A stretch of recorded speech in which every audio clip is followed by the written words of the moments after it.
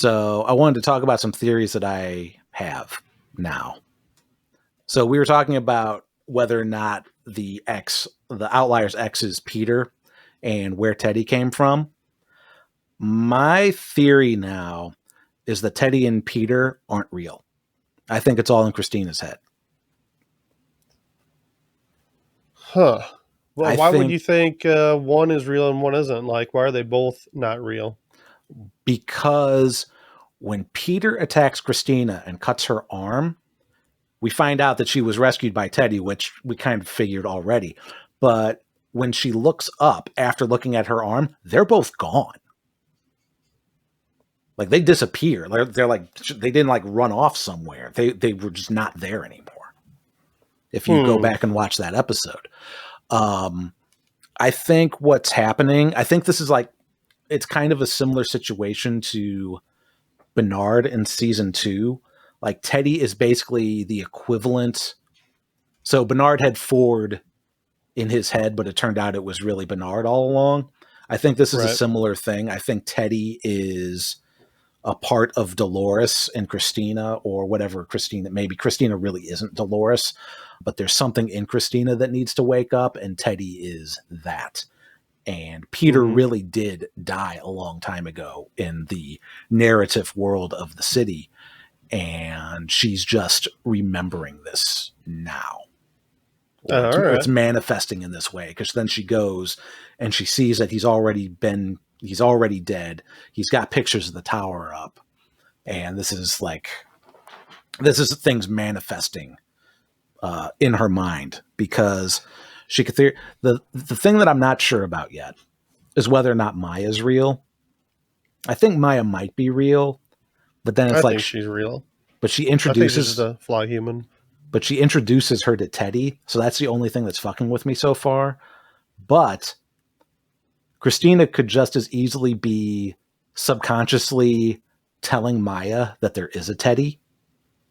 Yeah. Like, no, there's totally a guy there. And like, even if no Teddy is standing there, like, oh, this is the guy. Yeah. If Christina can control fly humans, then she wouldn't know any different. Yeah. Because it is kind of weird, because Maya did ask her. Maya didn't say she's going to go take her on a date to meet that guy. She just said she wanted to go out for drinks. There was like no mention about going on a date that time. I'm pretty sure. You know what? I think you're right. You know what? This would make sense about Teddy being in her head too, as far as like, oh, it's suspect that he called at just the right time. Well, he did it in her head, not for real. And Peter's and Maya's the only one that knows about Peter for the most part, which, I mean, she could easily be talking to nobody on the phone. The other thing is, I don't remember if they weren't necessarily going out for a date, but Maya does say, I told you so to Teddy about Christina or something, or Teddy says that she found out about Christina's job from her roommate. So there's like some kind of implied connection there, but it could all just be a fucking sham, because as we know with Bernard in season 2, his mind's so fucked up that he is a completely unreliable narrator. So I think Christina's that way now until she wakes up, and then we find out that it's been her the entire time. Like a lot of these interactions. She's becoming an unreliable narrator for the city. Because she's waking up and she's not doing her job anymore. She's going to take more than 4 fucking days off now, you know? And then here's my other thing, and I this has nothing to do with this episode. I've decided this actually has more to do with last episode. I don't think Caleb's fucking dead. We asked whether or not we thought like Meet Caleb is still in cryo somewhere while Host Caleb's running around. I don't think there's a Host Caleb at all. I think when we're doing the fidelity test, that's actually human Caleb, and Hale's just fucking with him.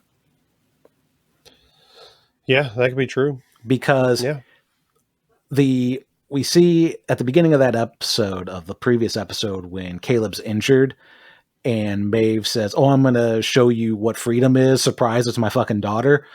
Basically, all that does is show us that he's got implants that can be hacked to make him see things.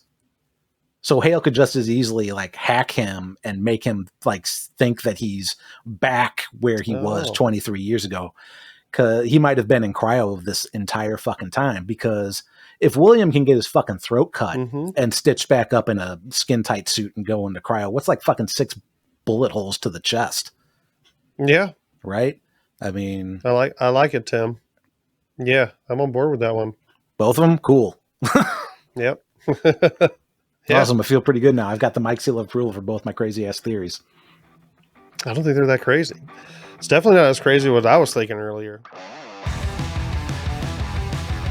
If you enjoyed that clip, you might also like our full episode. Link right here and in the description. The machines at Google think you might like that one, but are you going to let a machine tell you what you like? Or me, a fleshy bag of mostly water? That said, we do need to feed these algorithms before they eat us, so don't forget to like and subscribe before they come for you.